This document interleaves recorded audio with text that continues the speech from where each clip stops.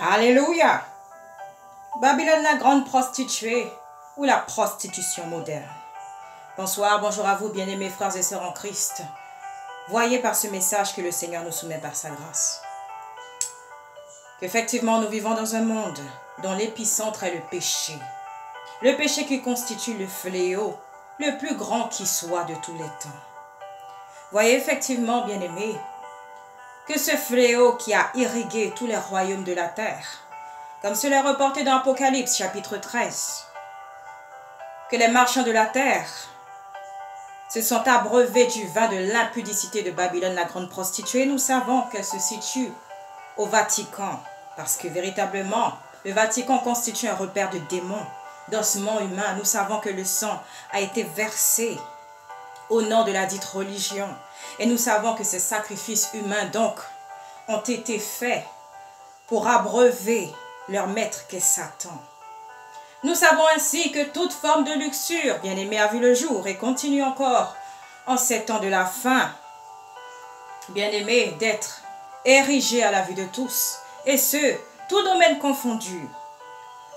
Nous savons ainsi que par le football, qui constitue une religion, le football qui consiste à vendre des hommes, et parce qu'il s'agit de millions, alors, la prostitution n'est pas vue en tant que telle, mais voyez que, bien-aimé, celui qui se fait vendre, et ce, quel que soit le contexte, quelle que soit la configuration, est en fait une prostituée. Et voyez que ceux qui s'adonnent à cela, qui les adulent, autrement dit les fanatiques, ils constituent eux aussi des prostituées parce que par substitution, ils adorent Mammon, qui est le dieu de l'argent, en d'autres termes, Satan. Nous savons que Satan a différentes casquettes et que c'est bel et bien lui, justement, qui use de tromperie, de séduction pour s'accaparer les âmes. Voyez par là même, bien-aimés, que si une église prend la peine de faire de la publicité pour espérer recevoir des dons de dits fidèles, voyez que cette église, véritablement, est une prostituée et que toutes ces choses sont des abominations aux yeux d'Élohim, le Dieu très haut et très saint. Donc, voyez, bien-aimés, encore, cette prostitution qui se caractérise donc par les jeux de l'argent, les jeux d'argent, comme le loto, comme le casino, comme les jeux de chevaux, ainsi que toutes ces choses qui font que bon nombre de personnes sont encore esclaves de ces choses, tellement ils ont la convoitise des yeux, la convoitise de la chair, l'orgueil de la vie. Ils veulent. Mais comme le Seigneur lui-même le dit, à quoi sert-il à un homme de gagner le monde si c'est pour qu'il perde son âme? Et voyez, parce que ce Dieu qu'est Mammon, Satan, tout comme justement il a tenté de séduire notre Seigneur et Sauveur Jésus-Christ en l'élevant sur le plus haut sommet qui soit et en lui disant, si tu te prosternes devant moi, je t'offrirai tous les royaumes de la terre. Et le Seigneur répondit, il est écrit, tu adoreras le Seigneur Dieu seul. Donc voyez combien aujourd'hui, bien-aimés, comme Jésus-Christ, agissent par fidélité vis-à-vis du Dieu très haut et très saint. Combien, bien-aimés, ne tombent pas dans les rouages de l'ennemi au jour d'aujourd'hui? Combien sont prêts justement à se vendre d'une manière ou d'une autre pour obtenir ce qu'ils veulent? Parce que n'oubliez pas, bien-aimés, que les richesses terrestres, elles sont périssables. Et de la même manière que ceux qui adulent les richesses périssables, eux-mêmes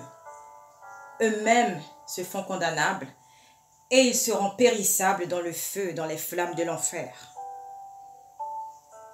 Voyez, bien-aimés, que justement cette luxure qui est exposée comme étant un trophée à la vue de tous, le fait de vivre dans l'excès, dans l'impudicité et dans toutes les choses semblables qui sont des abominations aux yeux de Dieu.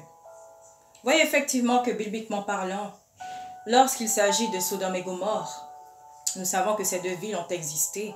Et parce que justement, elles étaient les auteurs d'orgies démesurées, comme nous pouvons en voir aujourd'hui dans le monde en ces temps modernes. Voyez que notre Père et Créateur les a évincées de la carte, en faisant tomber sur elles une pluie de soufre et de feu. Et nous savons que ces villes qui existent véritablement,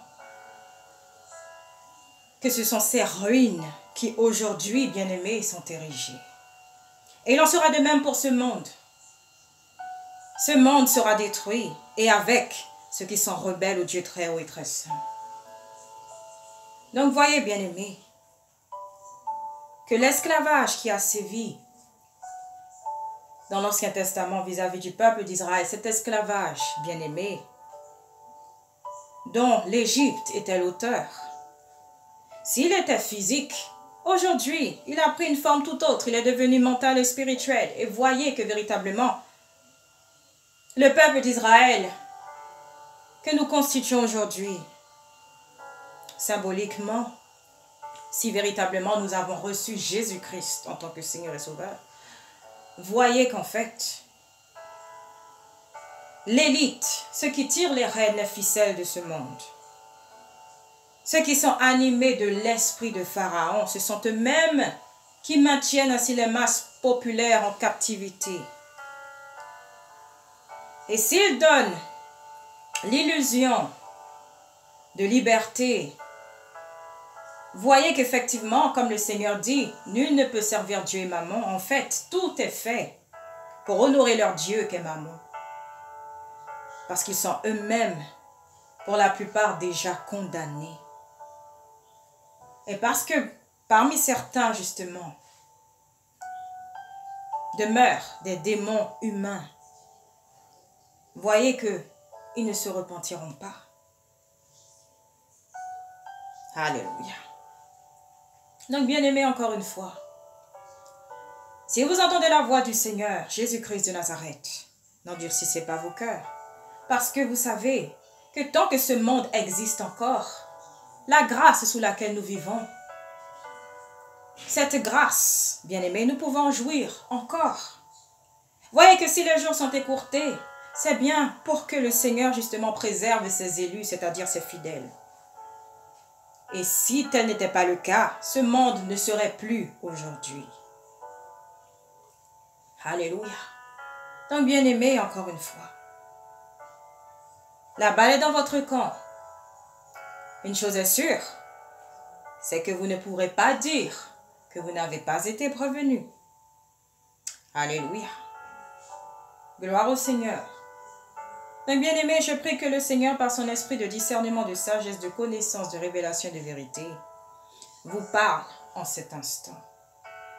Que vous vous repentiez sincèrement de vos péchés, que vous vous en remettiez à Jésus-Christ en le confessant d'un cœur sincère comme étant votre Seigneur et Sauveur, avant qu'il ne soit trop tard, parce que n'oubliez pas, demain ne nous appartient pas. Et que si vous mourrez dans vos péchés, assurément, c'est dans le lac de feu que vous finirez. N'oubliez pas, bien-aimés, qu'une fois que la sentence est tombée, elle est irrévocable, de la même manière que notre Père et Créateur est l'alpha et l'oméga.